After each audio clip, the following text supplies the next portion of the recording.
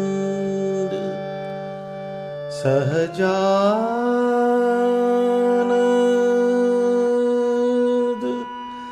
सहजानंद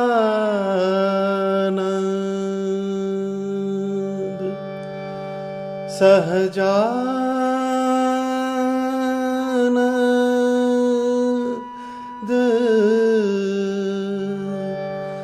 सहजानंद।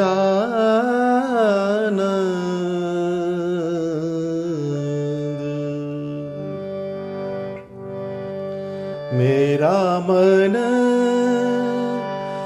सहजानंद सो माना रे, माना रे।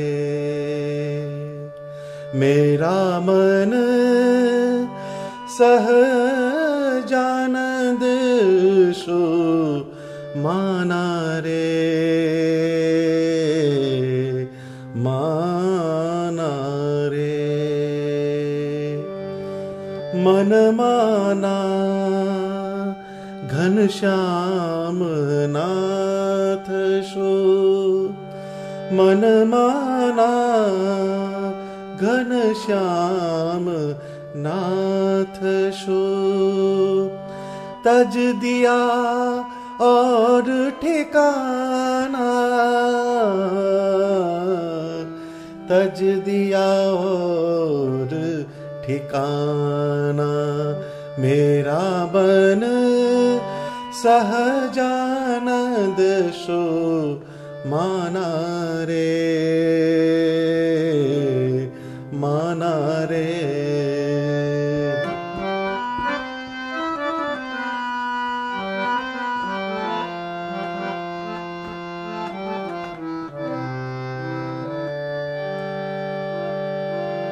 अखिल भुवन पति लखी पुरुषोत्तम, अखिल भुवन पति लखी पुरुषोत्तम। धर्म कुबर उर आना,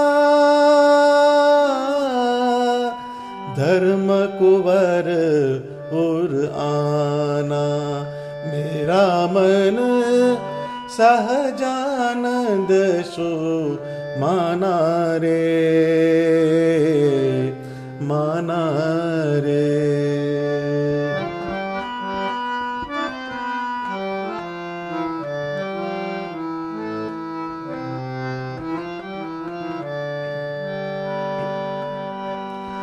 सुख सागर हरि कृष्ण मणि तजी, सुख सागर हरि कृष्ण मणि तजी। कौन ग्रहे काच पखाना, कौन ग्रहे काच पखाना, कौन ग्रहे काच पखाना। मेरा मन सहजानंद सो माना रे, माना रे।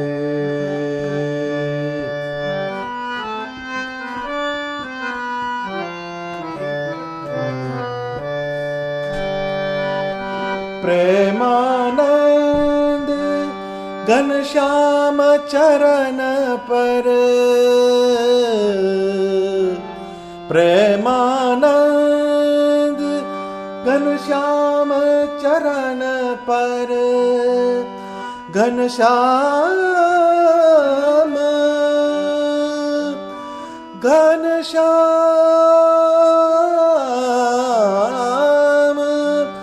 घनश्याम ઘનશ્યામ ઘનશ્યામ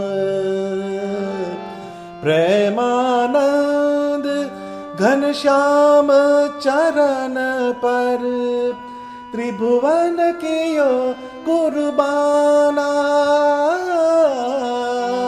त्रिभुवन कियो कुर्बाना मेरा मन सहजानंद सु माना रे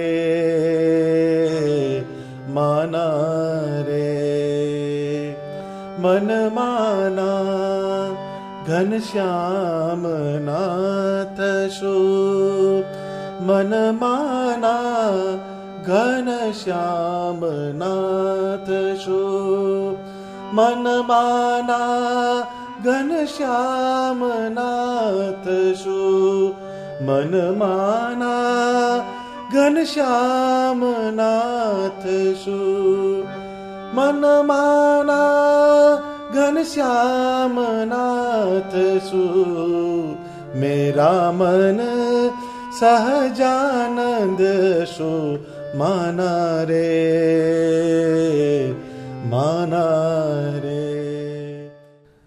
ભગવાન સ્વામિનારાયણની મંગળ વાણી સાંભળનાર સૌ ભક્તજનોને મારા જય સ્વામિનારાયણ. આ પદમાં પ્રેમાનંદ સ્વામી મનની એક ઉત્કૃષ્ટ ભાવના બતાવે છે. ભગવાને રચેલી આ સૃષ્ટિમાં વધુમાં વધુ ગતિથી ફરનાર કોઈ જો હોય વસ્તુ તો તે મન છે.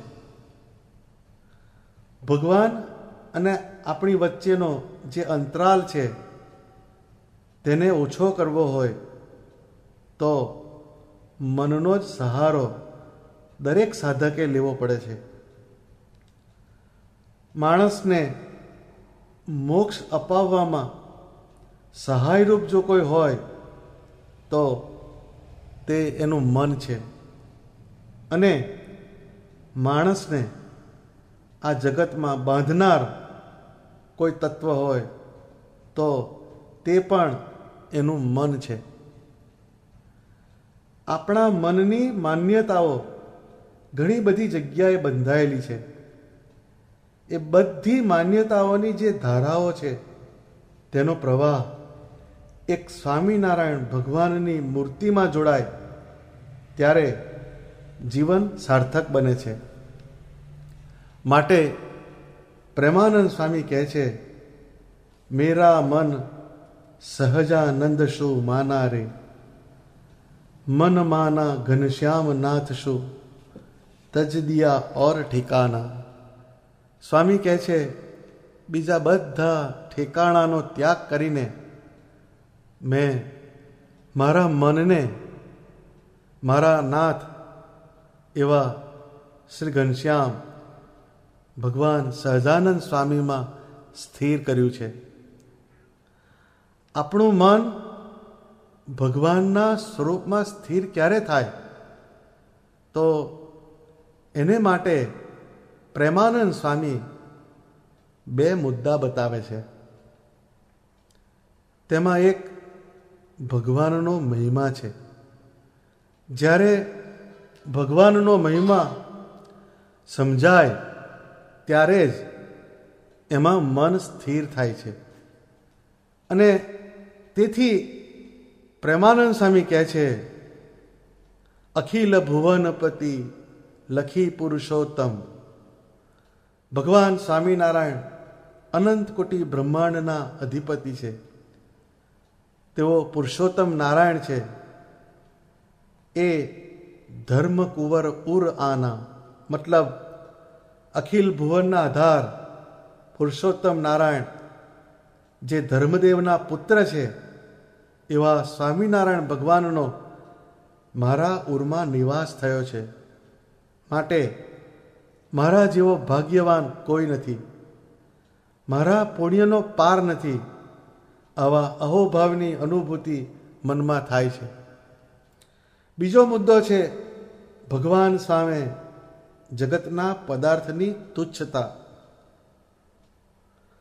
સુખ સાગર હરિ કૃષ્ણ મણિ તજી, કોન ગ્રહે કાચ પખાના. મનમાં ભગવાનનો મહિમા સૌને દ્રઢ થાય છે, પરંતુ એટ ધ સેમ ટાઈમ વિષયની જે તુચ્છતા છે એ નથી થતી. માટે ભગવાનનો જે મહિમા છે તેને પોષણ મળતું નથી. કારણ વૃત્તિઓ જે છે તે વિષયમાં જતી રહે છે. માટે આ પણ અગત્યની બાબત છે. સ્વામી અહીં ખૂબ સરસ દાખલો આપે છે. જેમ આપણી સામે મણી મૂક્યો હોય અને એની જોડે કાચના ટુકડા મૂક્યા હોય તો આપણે શું પકડીએ? બહુ સમજાઈ જાય એવી સરળ વાત છે કે મણી. આપણે મણીને જ પકડીએ. તેમ હરિકૃષ્ણ મહારાજનું જે સ્વરૂપ તે મણી સમાન છે. એ સુખના સાગર છે. મણી હોય છે તે અંધારામાં પણ પ્રકાશ ફેંકે છે. તેમ જે જીવને ભગવાન સ્વામિનારાયણની મૂર્તિનો સંબંધ થઈ જાય તે જીવમાંથી અંધારું દૂર થઈ જાય છે. મતલબ એ જીવ માયાના ભાવથી મુક્ત થાય છે. માટે મણી સમાન શ્રી હરિકૃષ્ણ મહારાજ ભગવાન સ્વામિનારાયણ સિવાય જગતના જે કંઈ પદાર્થ માત્ર છે તે કાચના ટુકડા સમાન છે. એમાંથી કંઈ નીકળતું નથી. કાચના ટુકડાને કોઈ ભંગારમાં પણ ન લે. એ જ્યાં પડ્યો હોય ત્યાં વાગે અને કોઈને લોહી કાઢે. આમ જેને વિષયનો યોગ રહે છે, જેનો જીવ પંચ વિષયમાં ગૂંચાય છે, તેના જીવમાં વિષાદ રહે છે. એને ચેન આવતું નથી. એના મનની સ્થિતિ ભ્રામક બની જાય છે. જ્યારે મનમાં ભગવાનનો મહિમા સમજાઈ જાય અને વિષયની તુચ્છતા થઈ જાય ત્યારે શું થાય? તો પ્રેમાનંદ ઘનશ્યામ ચરણ પર ત્રિભુવન કિયો કુરબાના. જ્યારે મનમાં ભગવાન સ્વામિનારાયણનો મહિમા દ્રઢ થઈ જાય અને પંચ વિષય તુચ્છ થાય ત્યારે સમર્પણની એક ભાવનાનો ઉદય થાય છે. સ્વામિનારાયણ ભગવાનને 3 ભુવન કુરબાન કરી દઈએ તો પણ ઓછા પડે. આપણી પાસે ત્રિભુવનની સંપત્તિ તો નથી, પરંતુ આપણું દેહ, મન, આત્મા, કુટુંબ, ધન, યત્કિંચિત સંપત્તિ, આ બધું જ્યારે ભગવાન સ્વામિનારાયણમાં જોડીએ ત્યારે જ આપણું મન સ્વામિનારાયણ ભગવાનના ગાઢ સંકલ્પ કરે. આ સમર્પણની ભાવના જે છે તે ભક્તિ માર્ગની ઉચ્ચતમ ભૂમિકા છે. મનના આંદોલનોને સ્થિર કરીને તેની તીવ્રતા ભગવાન સન્મુખ કરીને જીવને મૂર્તિમાં જોડવાની કળા સ્વામિનારાયણ ભગવાને સૌને શીખવાડી હતી. વચનામૃત સારંગપુર 7માં શ્રીજી મહારાજ નૈમિષારણ્ય ક્ષેત્રની વાત સમજાવે છે. તેમાં શ્રીમદ ભાગવત પુરાણના પ્રથમ સ્કંધની વાતના સંદર્ભમાં શ્રીજી મહારાજ કહે છે કે જ્યાં મનોમય ચક્રની ધારા કુંઠિત થાય ત્યાં નૈમિષારણ્ય ક્ષેત્ર જાણવું. આ નૈમિષારણ્ય ક્ષેત્ર વિશે વરાહ પુરાણમાં ઉલ્લેખ છે કે જ્યારે ઋષિઓ કળીકાળના ભયથી ખૂબ ત્રાસ પામ્યા ત્યારે બ્રહ્માએ તેમને એક મનોમય ચક્ર આપ્યું અને કહ્યું, તમે આ ચક્રની પાછળ પાછળ ચાલજો. જ્યાં તેની નેમી અર્થાત પરિઘ તૂટી જાય તેને અત્યંત પવિત્ર સ્થાન જાણજો. એક ક્ષેત્રમાં રહેવાથી તમને કળિયુગનો ભય સતાવશે નહીં. તો આ થઈ નૈમિષારણ્ય ક્ષેત્રની વાત. શ્રીજી મહારાજે જે મનોમય ચક્રની વાત કરી તેના સંદર્ભમાં મુક્તાનંદ સ્વામીએ પૂછ્યું કે હે મહારાજ, એ મનોમય ચક્ર તે શું છે ને એની ધારા તે શી સમજવી? મુક્તાનંદ સ્વામી મન સાથે લડાઈ લેતા લેતા ભગવાનને મેળવવાના માર્ગમાં આગળ વધ્યા હતા. તેથી તેમણે એ અંગેના સચોટ લખાણો પણ કરેલા છે. માટે મુક્તાનંદ સ્વામી આ વિષયની છણાવટ શ્રીજી મહારાજ પાસે કરાવે છે, જેથી વાત એકદમ સ્પષ્ટ થઈ જાય. એટલે શ્રીજી મહારાજ કહે છે કે મનોમય ચક્ર તે મનને જાણવું અને તેની ધારા તે 10 ઇન્દ્રિયો છે એમ જાણવું, અને તે ઇન્દ્રિયો રૂપ જે મનની ધારા તે જે ઠેકાણે ઘસાઈને બુઠ્ઠી થઈ જાય તેને નૈમિષારણ્ય ક્ષેત્ર જાણવું.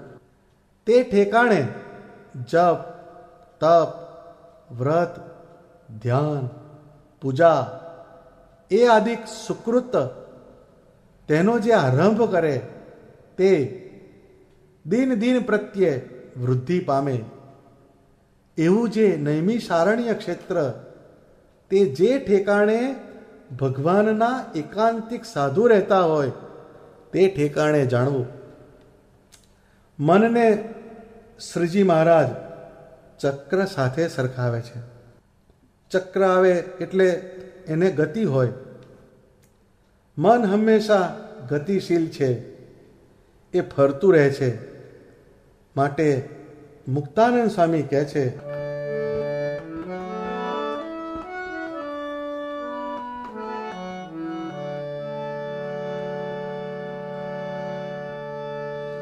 पल में फिरत ब्रह्मांड सब करत अधिक उत्पात, पल में फिरत ब्रह्मांड सब करत अधिक उत्पात, मुक्त कहे मन दुष्ट सम,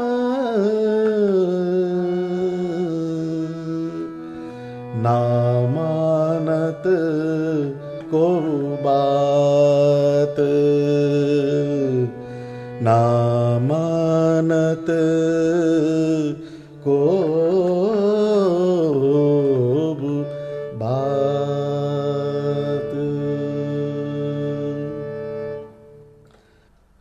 મુક્તાનંદ સ્વામીએ આ 2 લીટીમાં મનની ગતિને વર્ણવી છે. મન એક પળમાં આખું બ્રહ્માંડ ફરી આવે, મતલબ ક્ષણવારમાં અનંત પદાર્થ વિષયોમાં મન ડોક્યા કરી આવે, જેથી અંતઃકરણમાં એક ઉત્પાત શરૂ થઈ જાય છે.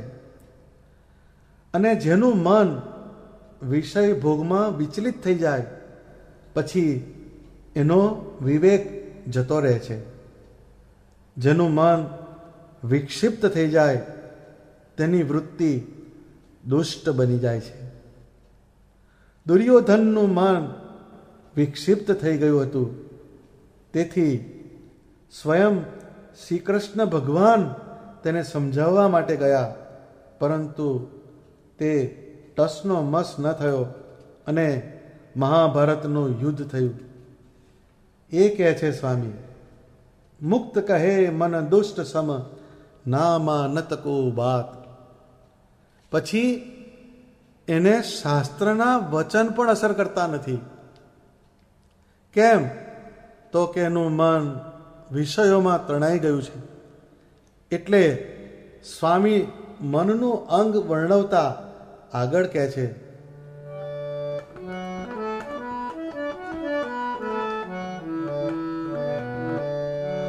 જો જો મન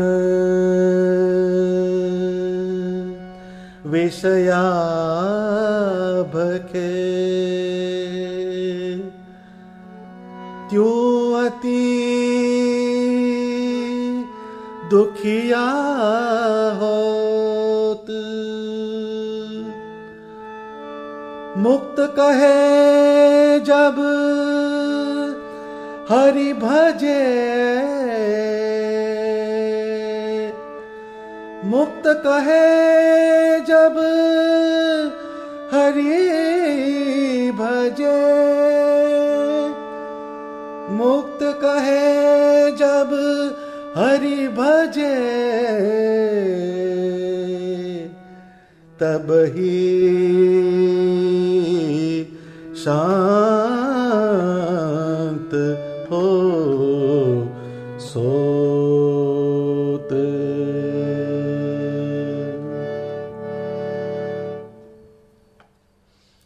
જેમ જેમ મન વિવિધ પ્રકારના જગતના પંચ વિષયમાં જોડાવાનો પ્રયત્ન કરે છે, તેમ તેમ તે દુઃખી થાય છે. કારણ વિષયમાંથી કંઈ નીકળતું નથી. ગમે તેટલા વિષય ભોગવ્યા છતાં પણ જીવ અતૃપ્તનો અતૃપ્ત જ રહ્યો. વિષયથી તૃષ્ણાની નિવૃત્તિ ક્યારેય થતી નથી. ગમે તેવા ધનવાન હોય, ઘરમાં એશો આરામની વ્યવસ્થા હોય, તો પણ એમને રાત્રે ઊંઘ આવતી નથી. ઊંઘને માટે તેમને ઊંઘની ગોળીઓ લેવી પડે છે, કાં તો વ્યસનનો સહારો લેવો પડે છે. કેમ? તો એનું મન શાશ્વતમાં નથી જતું. મનનું ચક્ર શાંત ક્યારે પડે? તો કે જ્યારે એ સ્વામિનારાયણ ભગવાનનું ભજન કરતાં કરતાં સ્વામિનારાયણ ભગવાનની મૂર્તિમાં જોડાઈ જાય ત્યારે. મુક્ત કહે જબ હરિ ભજે, મુક્ત કહે જબ હરિ ભજે, તબ હી શાંત હો સોત. એટલે મન સૂઈ જાય ક્યારે? તો કે ભગવાન સ્વામિનારાયણની મૂર્તિનો જ્યારે સંબંધ થાય ત્યારે.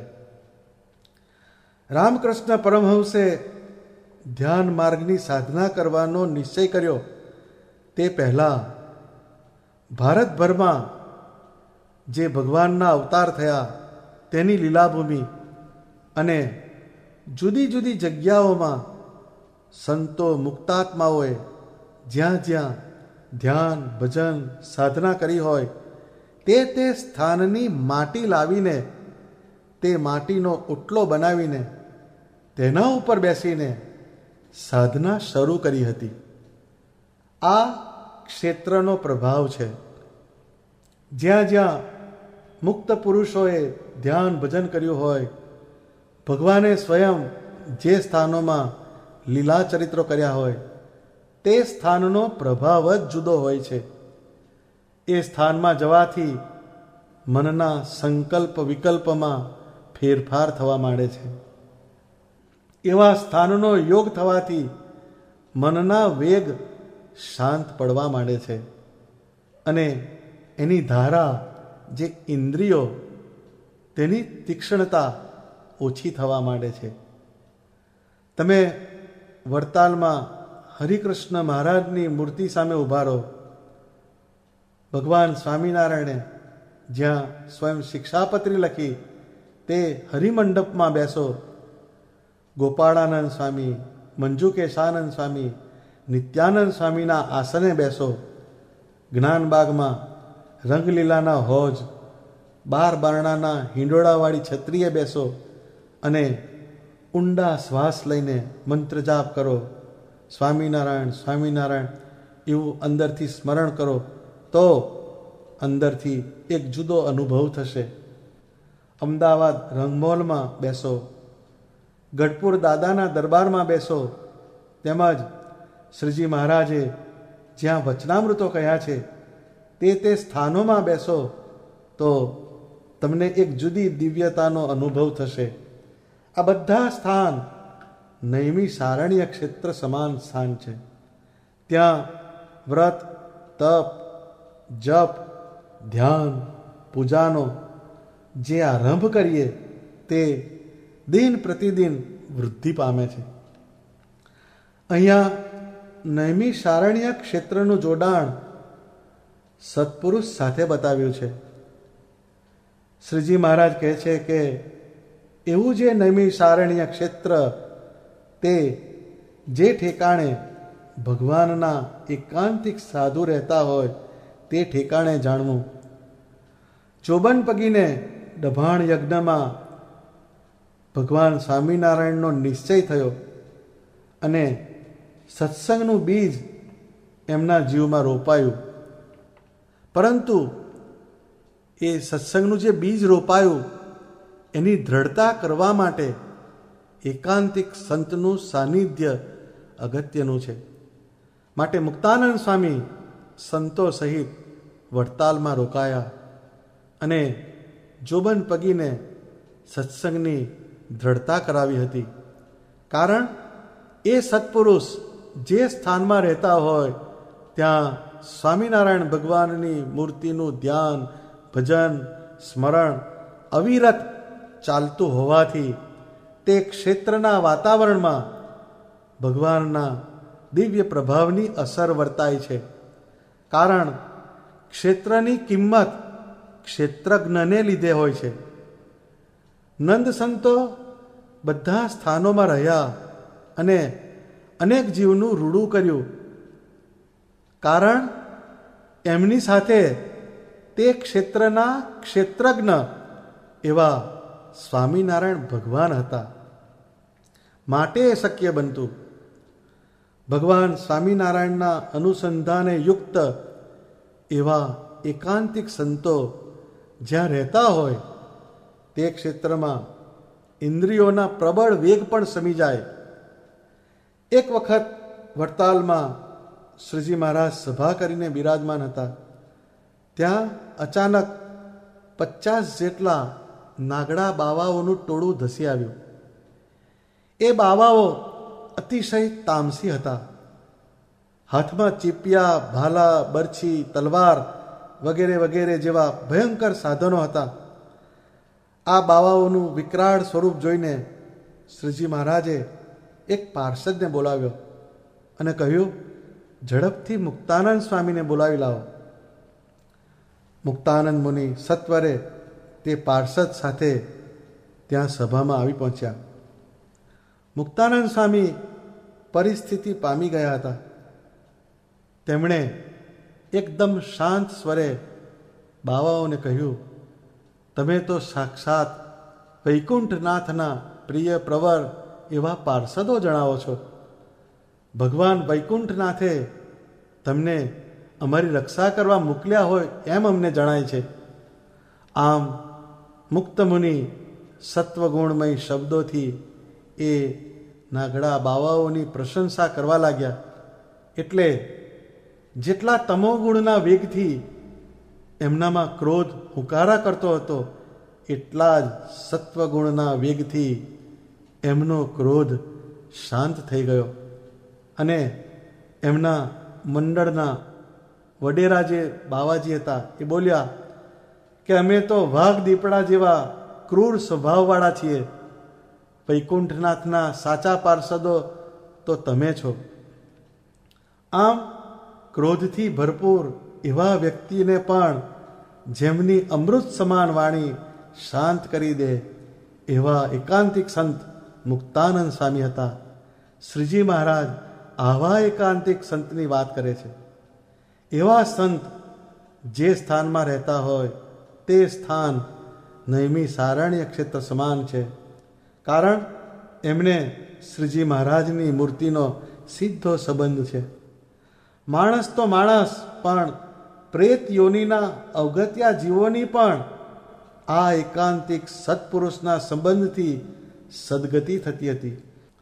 એક વખત એક સુથારની જાન સુરતથી વહાણમાં બેસીને ઘોઘા ગઈ હતી.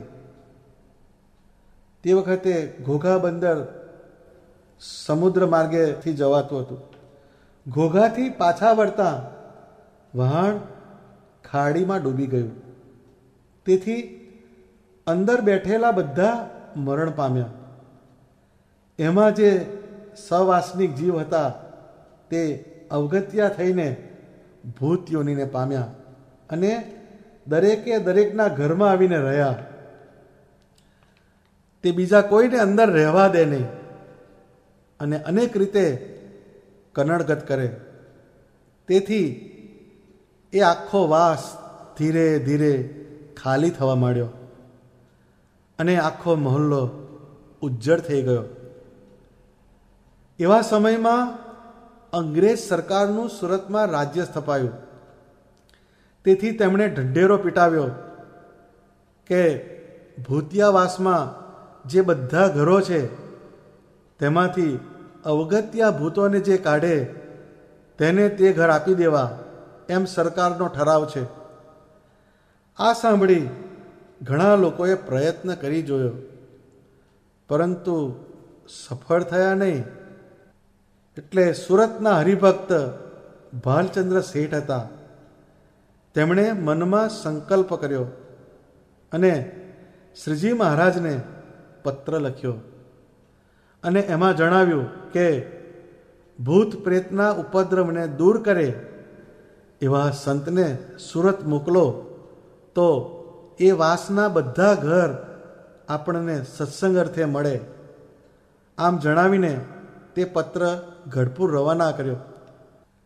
શ્રીજી મહારાજે વિચાર કરીને મુક્ત મુનિને આજ્ઞા કરી કે સ્વામી, તમે સુરત જાઓ અને ભૂત પ્રેતના ઉપદ્રવને દૂર કરાવો. મુક્ત મુનિ શ્રી હરિના આશીષ અને આજ્ઞાને માથે ચડાવી સંત મંડળ સહિત સુરત પધાર્યા. તેથી ભાલચંદ્ર શેઠ કચેરીમાં ગયા અને કહ્યું, તમારા ફરમાન મુજબ ભૂત પ્રેતના ઉપદ્રવને દૂર કરી શકે એવા અમારા ઈષ્ટદેવ સ્વામિનારાયણ ભગવાનના સંતો આવ્યા છે. તેઓ એ ઘરોમાં ઉતારો કરશે, માટે એ ઘરોનો લેખ સ્વામિનારાયણના નામનો કરી આપો. એટલે સરકારે તે લેખ ભગવાન સ્વામિનારાયણના નામનો કરી દીધો. મુક્ત મુનિએ સંતો સહિત એ ભૂતિયાવાસમાં ઉતારો કર્યો.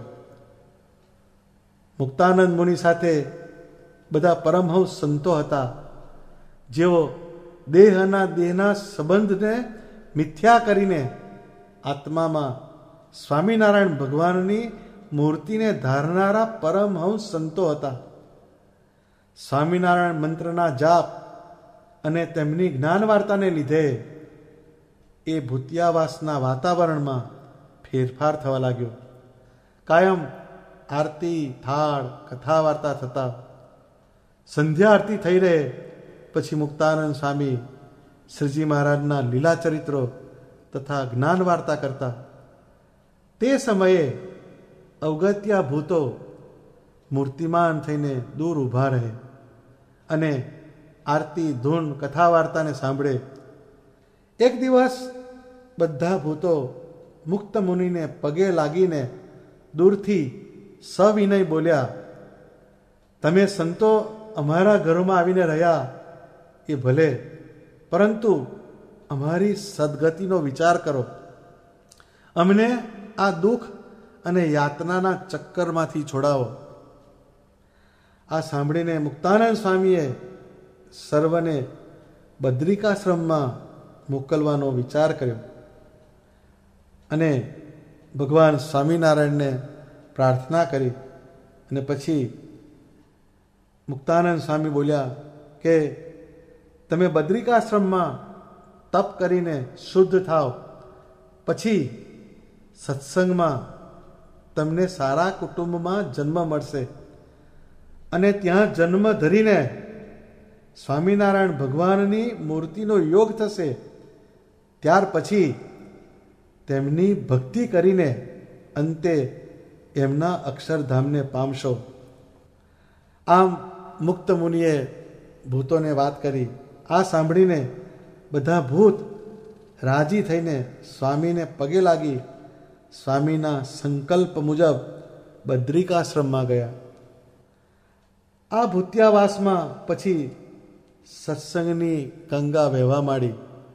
સમય જતાં ત્યાં મોટું મંદિર થયું, જેમાં શ્રીજી મહારાજે આપેલી નારાયણ મુનિ દેવની મૂર્તિ પધરાવવામાં આવેલી છે. પરંતુ જ્યાં હાલ સભા મંડપ છે તે જ સ્થાન છે કે જ્યાં ભૂત્યો વાસ હતો, જ્યાં મુક્તાનંદ સ્વામી સભા કરતા અને ભૂતો ત્યાં કથા સાંભળતા. આને કહેવાય નૈમિષારણ્ય ક્ષેત્ર અને આને કહેવાય શ્રીજી મહારાજના એકાંતિક સંત. આજે પણ સ્વામિનારાયણ ભગવાનને જોયેલા, અનુભવેલા એવા નંદ સંતોના કલ્યાણકારી જ્ઞાનને વાંચો, તેનું શ્રવણ કરો, મનન કરો, નિત્યનું અનુસંધાન રાખો, તો એ જ્ઞાનનો જીવમાં સાક્ષાત્કાર થઈ જાય અને ઇન્દ્રિયોની ધારા બુઠ્ઠી થઈ જાય. એમાં કોઈ સંદેહ નથી. મુક્તાનંદ સ્વામીના ભૂતના પ્રસંગના સંદર્ભમાં એમની બીજી પંક્તિને જોઈએ. એમણે મન વિશે ઘણી બધી વસ્તુઓ લખી.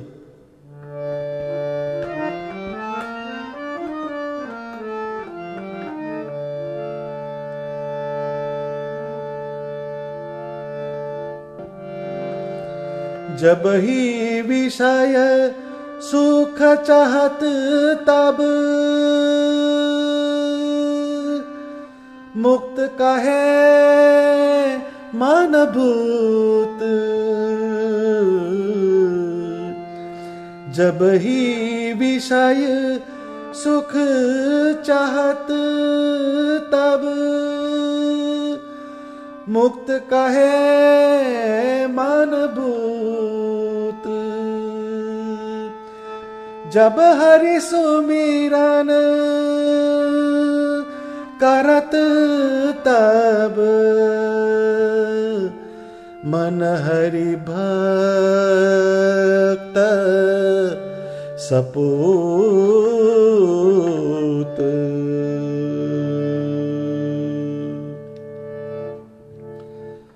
જો મુક્તાનંદ સ્વામી કેટલી સરસ વાત કહે છે. જ્યારે મનમાં વિષય સુખ ભોગવવાના સંકલ્પ થયા કરે ત્યારે સમજવું કે આપણું મન ભૂત બની ગયું છે. જેમ કોઈને ભૂત વળગ્યું હોય તો તે એવું વિચારે કે ભૂત થોડો સમય વધારે મારા શરીરમાં રહેશે તો કંઈ વાંધો નહીં, તો એ વ્યાજબી વસ્તુ નથી. કોઈ પણ એવું ક્યારેય વિચારે નહીં, એને કાઢવાના જ ઉપાય કરે. મરચાના ધુમાડા કરે, હનુમાનજી પાસે લઈ જાય, વગેરે વગેરે કેટલાય પ્રકારના ઉપાય ચાલુ થઈ જાય. કારણ ભૂત જેને વળગે તે બરબાદ થઈ જાય. તેવી રીતે જેનું મન વિષય ભોગનું ચિંતન કરે તે ભૂત સમાન છે.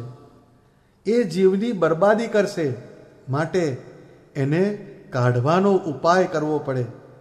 એનો ઉપાય પણ મુક્તાનંદ સ્વામી બતાવે છે કે જબ હરિ સુમિરન કરત તબ મન હરિ ભક્ત સપૂત.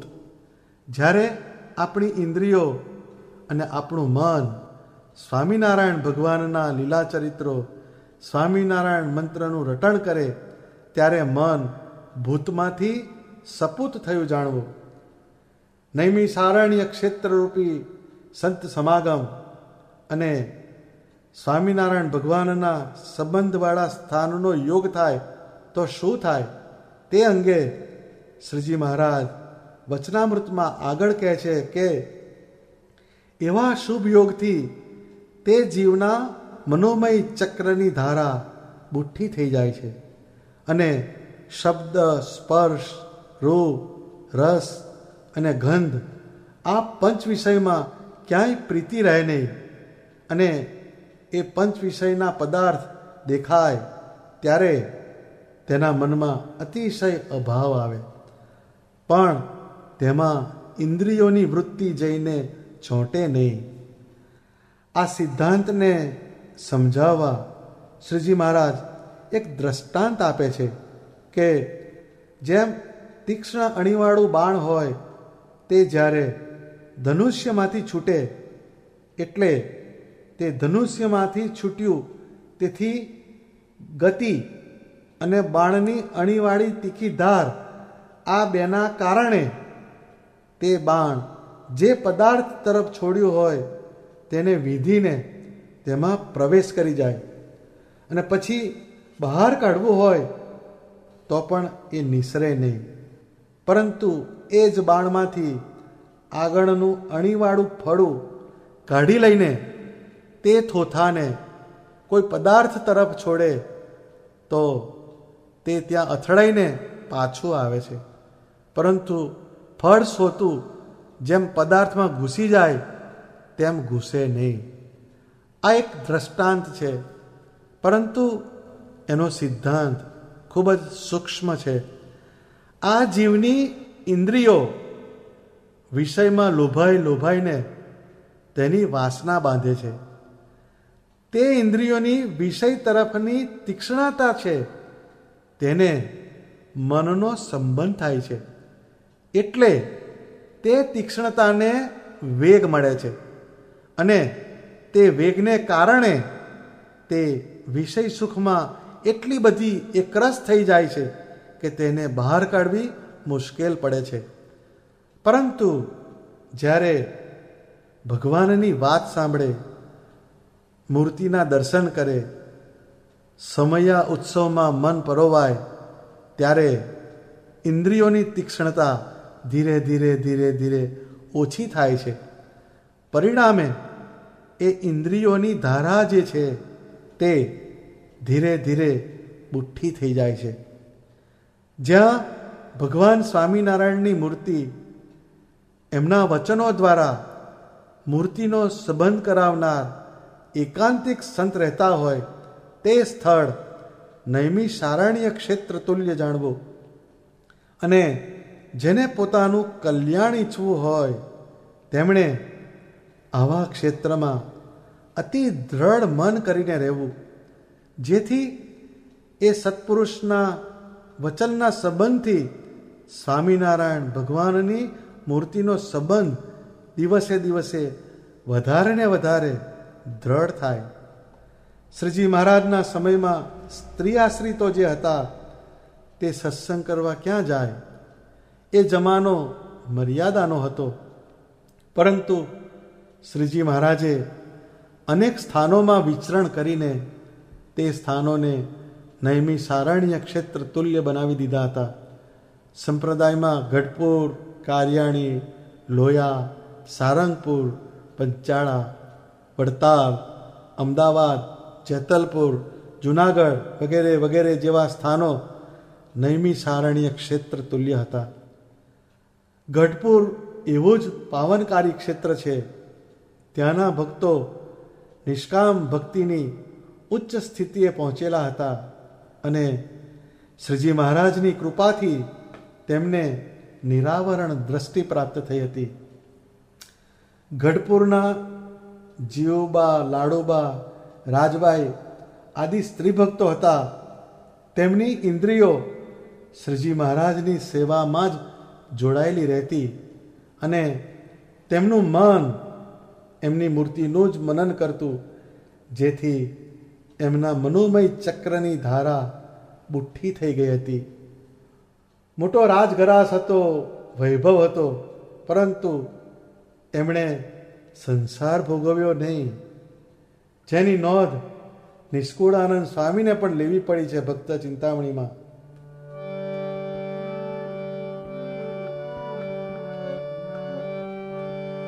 ધન્ય જીવુબાએ હરિજન, ધન્ય જીવુબાએ હરિજન, રૂડા રાજબાઈ છે પાવન, મળ્યા જે દીના જીવન પ્રાણ, સ્વામી સહજાનંદ સુખ ખાણ.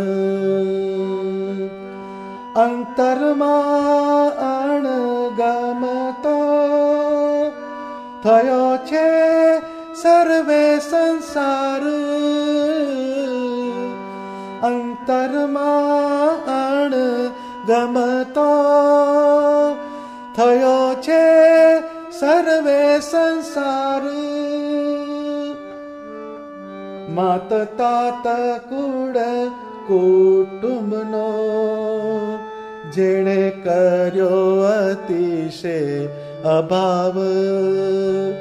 માત તાત કુળ કુટુંબનો જેણે કર્યો અતિશય અભાવ.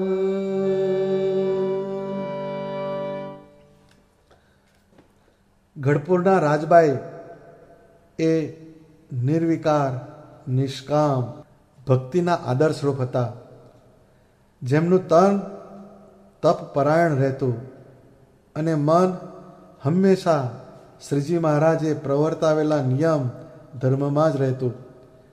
જે દિવસથી શ્રીજી મહારાજનો એમને યોગ થયો હતો તે દિવસથી તેમના સર્વે વિકાર માત્ર ટળી ગયા હતા.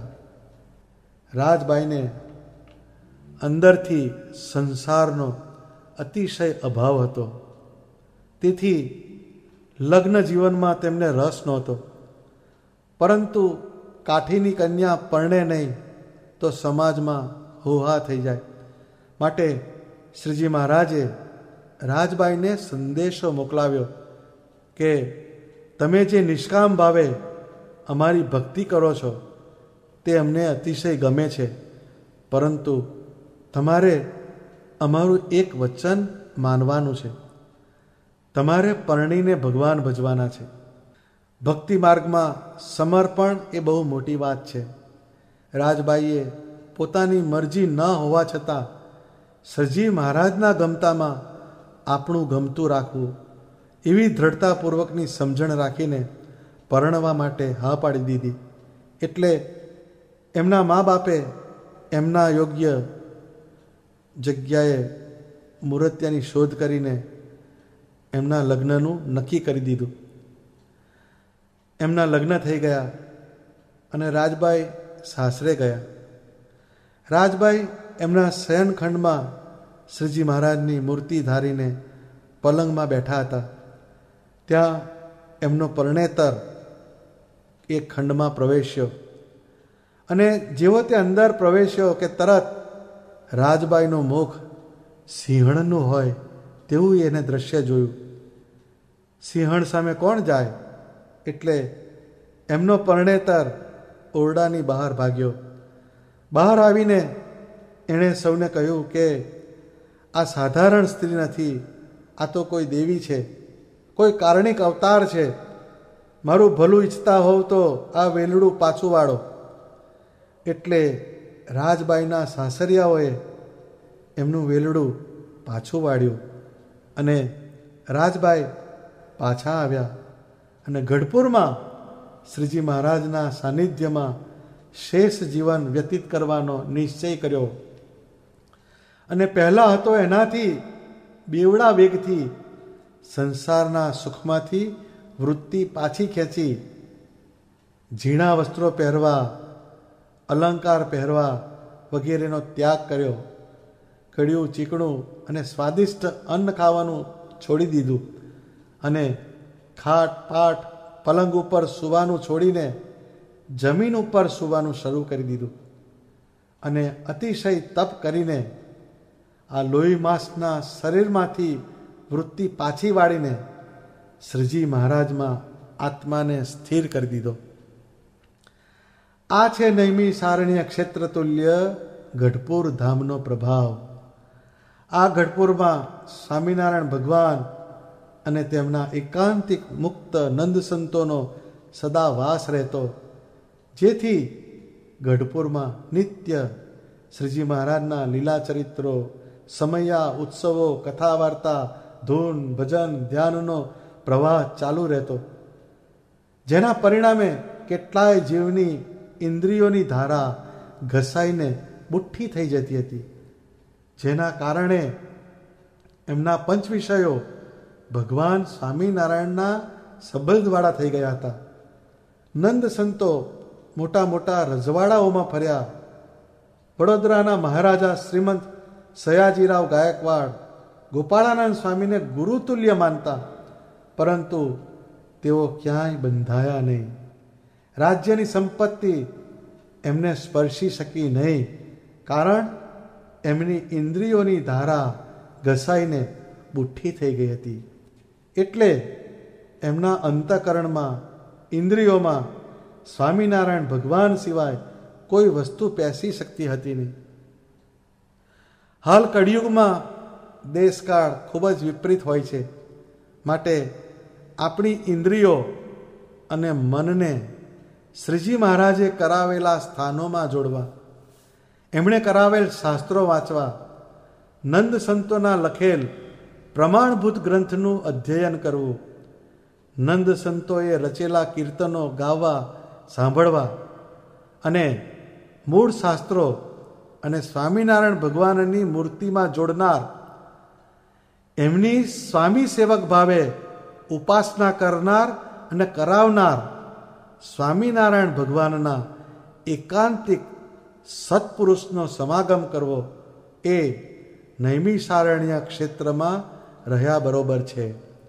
આમ કરવાથી સત્સંગમાં પ્રીતિ વધશે અને સ્વામિનારાયણ ભગવાનની મૂર્તિમાં પ્રેમ વધતો રહેશે.